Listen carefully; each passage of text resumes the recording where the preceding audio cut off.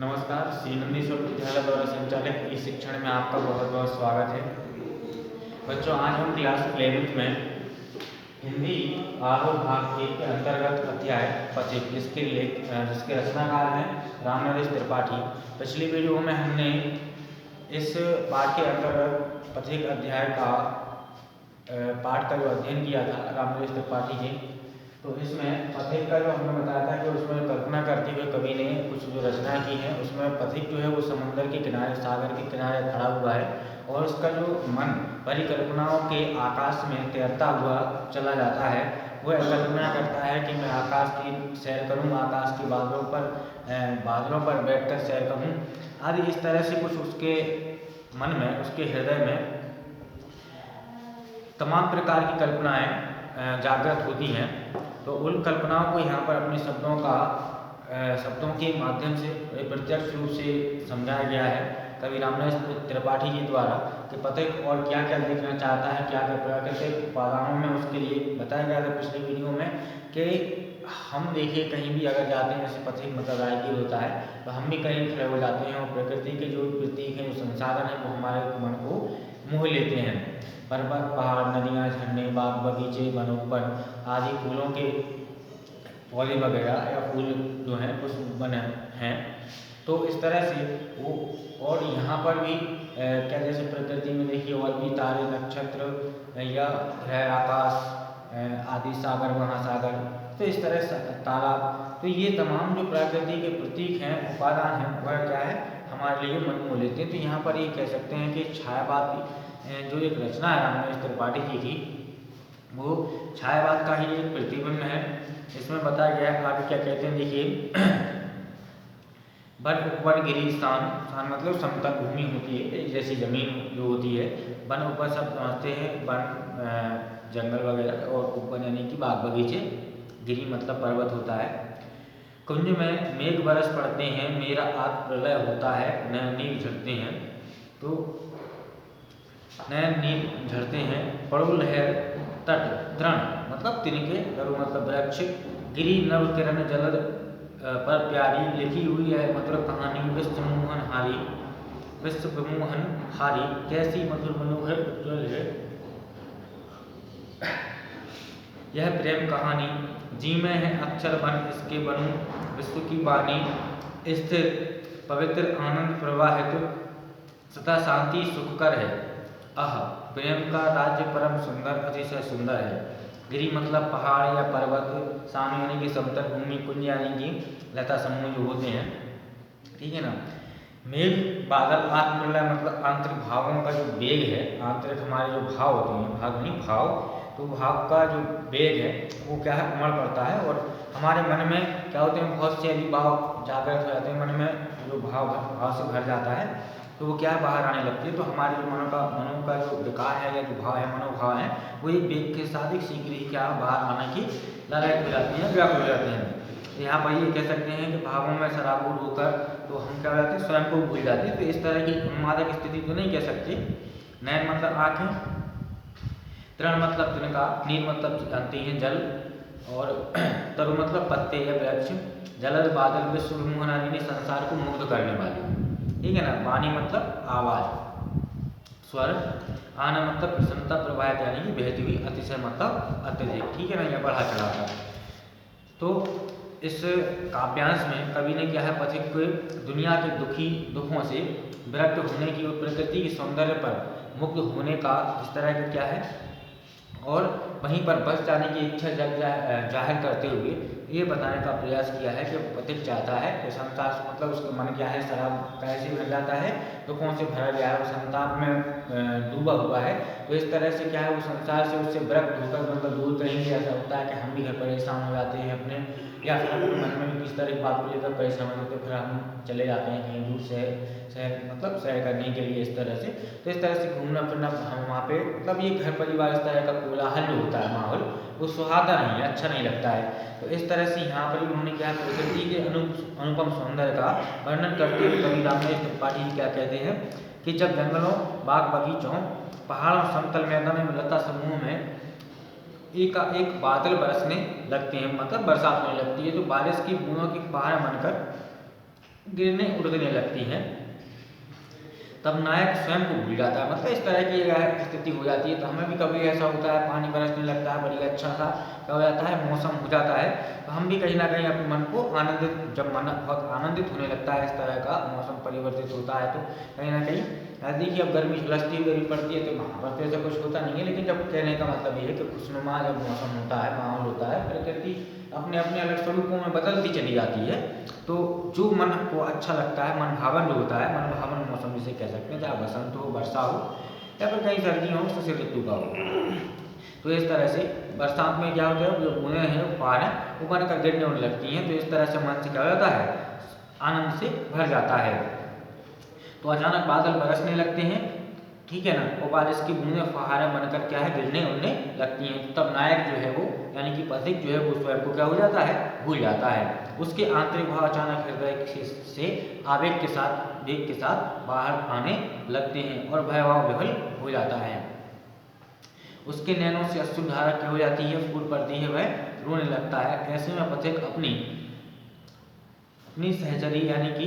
अपनी साथिन, ठीक है ना, और समूची जगत से अपेक्षा करते हुए क्या कहता है कि प्रत्येक लहर, किनारे, तिनके पत्ते, पहाड़, आकाश, सूर्य की किरणें जो हैं एवं बादल, यानी कि जो कहने का मतलब है प्रकृति के जो भी संसाधन हैं, ठीक है ना, प्रकृति के जो भी प्रतीक हैं, तो प्रकृति द्वारा रचित व लिखित इस प्यारी सी कहानी की, जिसमें संसार को सम्मोहित करने की क्षमता हो, ठीक है ना, तुम कोई पढ़ो और आनंदित हो। तो इस तरह की वो उससे क्या करता है, अपेक्षा करता है, संसार से भी और अपनी सहचरी से भी। कभी आगे लिखते हुए कहते हैं कि प्रकृति के नयनाभिराम, यानी कि नैनों को सुंदर लगने वाले, अभिराम मतलब होता है सुंदर, नैन मतलब नेत्र, सुंदरता से परिपूर्ण प्रकृति प्रेम की यह कहानी बहुत ही कैसी है, प्यारी है, मन भावन है, अच्छी लगने वाली है, मन को प्रसन्न करने वाली है, मन को उज्जवल करने वाली है। पथिक ऐसी इच्छा व्यक्त करता है कि वह इस अद्भुत प्रेम कहानी का क्या बने, शब्द बने, ठीक है ना, शब्द बने, अक्षर बने, अक्षर बनकर समूचे संसार में ही क्या है, यह इस कहानी को वो गाता फिरे, इस गीत को, प्रकृति के गीत को गाता फिरे, अर्थात संपूर्ण विश्व में क्या करे, उसकी वाणी बन जाए, संपूर्ण विश्व की वाणी बन जाए। वो कहता है कि यहाँ शाश्वत यानी कि चिरस्थायी पवित्रता है, कहाँ पर, प्रकृति में, जिससे सदा क्या होता रहता है, आनंद ही आनंद प्रवाहित होता रहता है, चारों ओर सदैव सुख प्रदान करने वाली शांति फैली हुई होती है। तो हम भी शांत माहौल में चले जाते हैं, प्रकृति की ओर चले जाते हैं उस क्षेत्र में, तो उस प्राकृतिक सौंदर्य में क्या होता है, एक आंतरिक सुखद अनुभूति होती है, जो हमारे हृदय को अंदर से जगह करती चली जाती है। वो साम्राज्य, प्रकृति का जो साम्राज्य है वो क्या है, मतलब सुंदर लगता है, अत्यंत सुंदर प्रतीत होता है। तो यह इतना ही सुंदर है कि इसका वर्णन करना क्या नहीं है, बहुत सरल नहीं है। इसे तो केवल प्रकृति की गोद में बैठकर ही स्वयं का अनुभव किया जा सकता है। तो कवि का कहना है कि प्रकृति की यदि हमें उसके सौंदर्य का अनुभूति करनी है, उसे तो अपनी मन की आंखों से देखना होगा, और इसको वर्णन में, मतलब बातों में,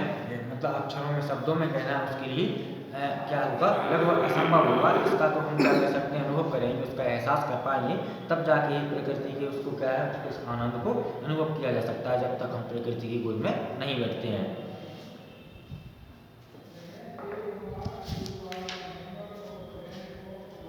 एक और पद्यांश दिया हुआ है इसमें कि जब गंभीर दम अर्ध निशा में जग को ढक लेता है, अंतरिक्ष की छत पर तारों को छिटका देता है, सस्मित बंधन जगत का, सस्मित माना होता है सस्मित बंधन यानी कि सुंदर मुस्कुराता हुआ या पुलकित शरीर से कह सकते हैं, बदन, सस्मित बदन, सस्मित बदन जगत का स्वामी मृदु गति से आता है, तट पर खड़ा गगन गंगा की मधुर गीत गाता है, उससे ही विमुग्ध, विमुग्ध का मतलब क्या होता है, आनंद से परिपूर्ण या मोहित ये कह सकते हैं।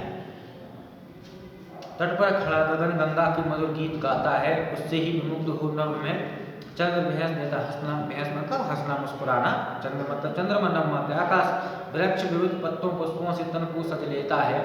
सजा लेता है, पक्षी हर्ष संभाल न सकते, मुग्ध चहक उठते हैं, फूल सांस लेकर सुख की आनंद सानंद महक उठते हैं। तो गंभीर मतलब होता है गहरा या अगाध, ठीक है ना, तम माने होता है अंधकार, अर्धनिशा यानी कि मध्य रात्रि, ठीक है ना, जग मतलब सब जानते हैं संसार, अंतरिक्ष मतलब आकाश या धरती और आकाश के मध्य जो खुला हुआ या क्षितिज होता है, कहने का मतलब जो खुला हुआ भाग होता है, क्षितिज तो दूसरी बात है, तो उसे क्या कहते हैं हम, अंतरिक्ष कहते हैं। मृदु मतलब धीमा या कोमल, गगन मतलब आकाश, ठीक है। और विविध यानी कि विभिन्न प्रकार से, अलग अलग प्रकार के, मुग्ध यानी कि खुशी से, आनंद यानी कि आनंद के साथ। तो इस पद्यांश में कवि ने आधी रात के बाद जो प्रातः काल की जो पौ फटती है, कहने का मतलब होता है कि मध्य रात्रि के बाद, आधी रात के बाद जब क्या हो जाता है, एक वो दूसरा पहर शुरू हो जाता है, जिसे हम उषा काल कहते हैं। उषा काल तक सुबह सुबह प्रभात के समय या भोर के समय जो क्या होता है, सूर्य अपनी किरण धीरे धीरे अपनी किरणें बिखेरने लगता है, सूर्योदय होने लगता है। और जब वो फट जाते हैं तब अंधेरा जाता भी नहीं है पूरी तरह से, और सुबह भी पूरी तरह से नहीं होती है। तो इस तरह से क्या होता है, उस समय जब होता है उजला उजला उजला सा लगने लगता है। उसी समय का यहाँ पर वर्णन किया गया है। साथ ही सूर्योदय पर होने पर प्रकृति में होने वाले जो अन्य परिवर्तन है, उनका मनोहारी दृश्य अंकित यहाँ पर करते हैं। कवि रामनरेश त्रिपाठी जी कहते हैं कि आधी रात के समय, यानी कि जब गंभीरतम अर्धनिशा में जगत को ढक लेता है,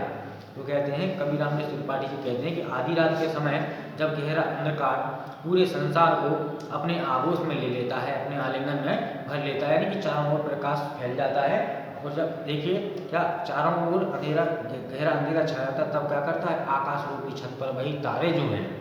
वो तारे क्या कर देते हैं, मतलब टिमटिमाते हैं, अंधकार को क्या कर देते हैं, वो दूर कर देते हैं। तारों को जब छटका देता है तो अंधकार के छाते ही आकाश क्या में विद्यमान तारे हमें टिमटिमाते हुए दिखाई देने लगते हैं। ऐसी स्थिति में अंधकार के कुचक्र को तोड़ने के क्रम में ऊर्जा का स्वामी मुस्कुराते हुए सूर्योदय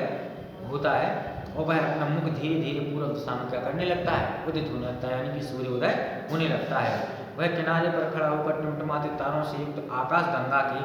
मधुरता से भरे गीतों को क्या करने लगता है, गुनगुनाने लगता है। तो इस तरह की कल्पना यहाँ पर कवि कर रहे हैं।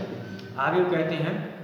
क्या कहते हैं कि सूर्य की प्रथम रश्मियों यानी कि रश्मि माने होता है किरण के मोह जाल में सम्मोहित सा चंद्रमा भी आकाश में क्या करता रहता है, दृश्य को देखकर हंसता हंसता सा प्रतीत होने लगता है। और इस उषा काले उल्लास से पीढ़ी विभिन्न प्रकार के अपने नूतन नूतन वस्त्र पहनने लगते हैं या साज सज्जा करने लगते हैं, जो फूल पत्तों से क्या हो जाते हैं, स्वयं को आच्छादित करने लगते हैं, छा जाते हैं उस पर, ठीक है, हरियाली में उभर जाते हैं, अत्यधिक प्रसन्नता का माहौल बन जाता है। पक्षी भी क्या है, कलरव करने लगते हैं और इधर उधर चहकते हुए उड़ते फिरते हैं। साथ ही सूर्य की पहली किरण से प्रसन्न होकर फूल खुशी के मारे क्या होने लगते हैं, झूमने लगते हैं और अपनी खुशी बिखेरने लगते हैं, खुशबू बिखेरने लगते हैं। कवि के अनुसार प्रभात के स्वागत अभिनंदन में प्रकृति में जो परिवर्तन होते हैं, जो बाधा है, उसके संसाधन हैं, वो क्या होते हैं, अपने अपने तरह से सकारात्मक प्रतिक्रिया देने लगते हैं, जिससे हमारा मन भी क्या आनंदित होता है और उल्लास से भर जाता है। तो बच्चों, आज हमने पथिक के अंतर्गत एक छायावादी चित्रों को यहाँ पर प्रस्तुत किया, काव्य के माध्यम से, वर्णों के माध्यम से, और उम्मीद है आपको समझ में आया होगा। जब तक कि अब नेक्स्ट वीडियो में आपको नेक्स्ट अध्याय के साथ मिलेंगे, तब तक के लिए बहुत बहुत धन्यवाद।